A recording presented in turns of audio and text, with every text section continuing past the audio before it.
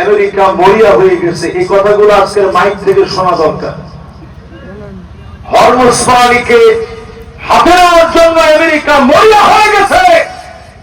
আজকের মাহফিলে আপনারা লিখে রাখতে পারেন 2035 সাল নাগাদ যদি আপনারা হায়াতে থাকেন, আপনারা দেখবেন তৃতীয় বিশ্বযুদ্ধটা এটা দিয়ে শুরু হয়ে যাচ্ছে। 2035 নাগাদ সারা পৃথিবী যুদ্ধে জড়ায় যাবে, সারা দুনিয়া যুদ্ধে জড়ায় যাবে, চায়না যুদ্ধে জড়ায় যাবে। বাংলাদেশ যুদ্ধে না জড়াইলেও পাটাপুতার ঘষাঘষিতে বাংলাদেশ শেষ হয়ে যাবে। সারা দুনিয়ার ভিতরে এখন তেল সংকট।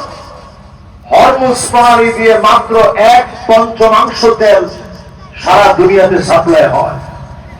এই প্রণালীকে হাতে নেওয়ার জন্য ডোনাল্ড ট্রাম্প সে মরিয়া হয়ে রাখতেছে কিভাবে এখন হরমুজ প্রণালী হাতে নিবে। ইরানও সারার বান্দা না, ঠিক কিনা কম? আমার মতো কিছু আলেম ইরানের বিরুদ্ধে যারা করতেছে, আকীদাতার আপনি তাদের বিরুদ্ধে বলেন, কোনো অসুবিধা নেই। কিন্তু বর্তমান প্রেক্ষাপটে ইরান যদি হারা যায়, মুসলিম বিশ্বের পক্ষে কথা বলার মতো আর কেউ থাকবে না, ঠিক কিনা বল? আখির জামানে চলে আসছে আমার ভাইরা। নবীজি বললেন কোমর তুলে নাচবে, নবীজি বলে গেলেন এমন সময় আসবে হাত্তা তুরাল আরদু তামান ওয়া ইয়াকুনাল ইসলামু গরীবা।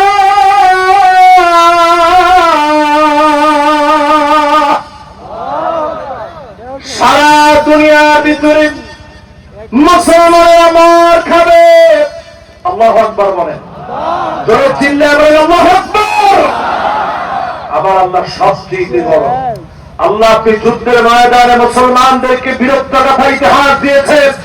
আল্লাহ বারবার আপনি মুসলমানদেরকে বিজয় দান করেছেন। এ ময়দানে আল্লাহ ইমানের হিম্মতে আমাদেরকে বিজয় দিয়ে দেন। পড়েন আমিন, পড়েন আল্লাহুম্মা হাওয়ালাইনা ওয়ালা আলাইনা আল্লাহুম্মা আলাল আকামি والآجام والضراب وبطون الأودية ومنابت الشجر। একটা লোক উঠছেন, আল্লাহ খালি ইমানটা একটু পরীক্ষা নিতেছে। একজন তরুণ যুবক ভাই উঠছে, আপনি বসলেই মাশাআল্লাহ ভাইরই করতেছি, ভাই বসেন, এই তো মাশাআল্লাহ লিল্লাহে তাকবীর। দেখছেন উঠছিল ভাই, কিন্তু যুবক বসে গেছে। আল্লাহ হাবিব বলেন এমন দৃশ্য তোমরা দেখবা সারা দুনিয়া মুসলমানের রক্ত পড়ে থাকবে। ওয়া ইয়াকুনাল ইসলামু গরীবা, ইসলামকে সবাই দুর্বল মনে করবে। আজ আপনি তাকায় দেখেন, আজকের রাতেও 20 কোটি মুসলমানের ঘরে খাবার নাই। 20 কোটি মুসলমান ক্ষুধার যন্ত্রণায় ত্রাহি করে। 2 কোটি মুসলমান মার খাচ্ছে, ক্ষুধা পেটে খাবার পায় না। আমার ছোট্ট বাচ্চা সেদিন দেখলাম হাতের ভিতরে 5 লিটার পানি নিয়ে ঘুরে ঘুরে পড়ে যাচ্ছে। সামান্য পানি টুকুন পায় না। সামনের দুনিয়ায় এমন যুদ্ধ হবে, পানি পানি বলে চিৎকার করবে, আল্লাহ দুশমনেরা পানি পাবে না। ঠিক নেই? ঠিক নেই? আওয়াজ করে কোন ঠিক নেই? একটু শোনায় দিই, তাড়াহুড়া করার সুযোগ নেই। আছেন না গেছেন?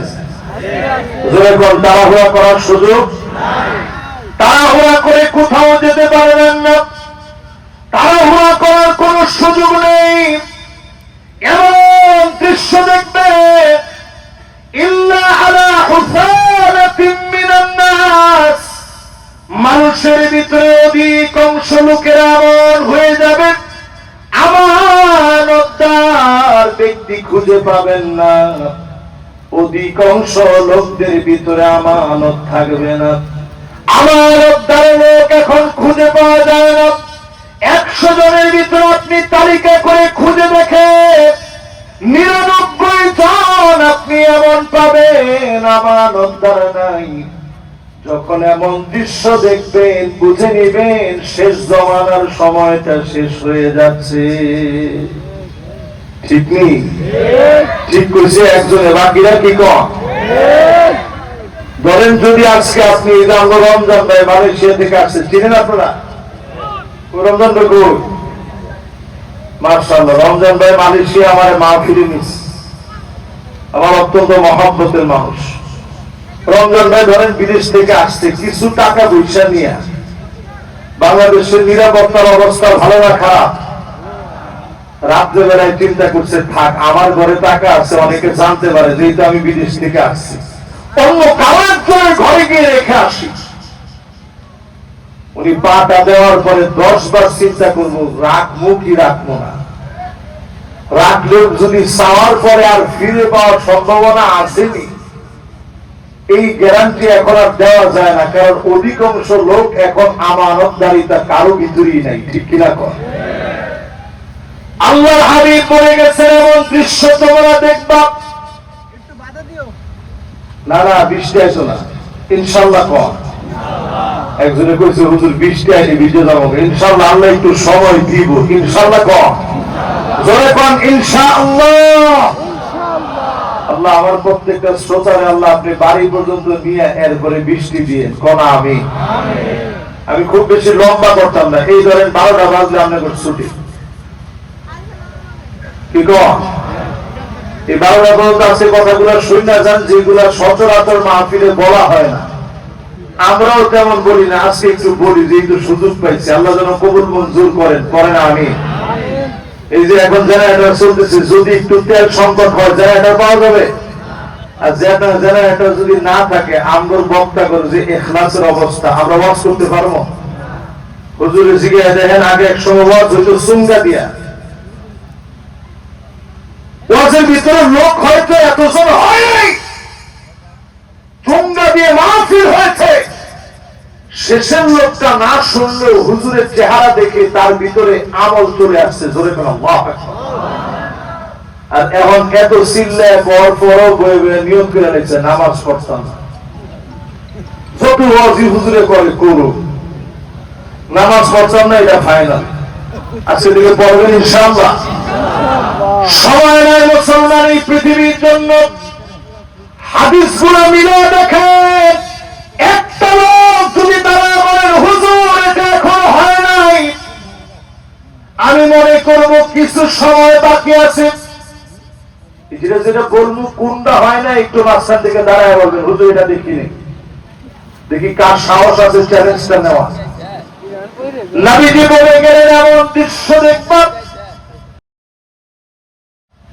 يتسافد في الطريق تسافد الحمير।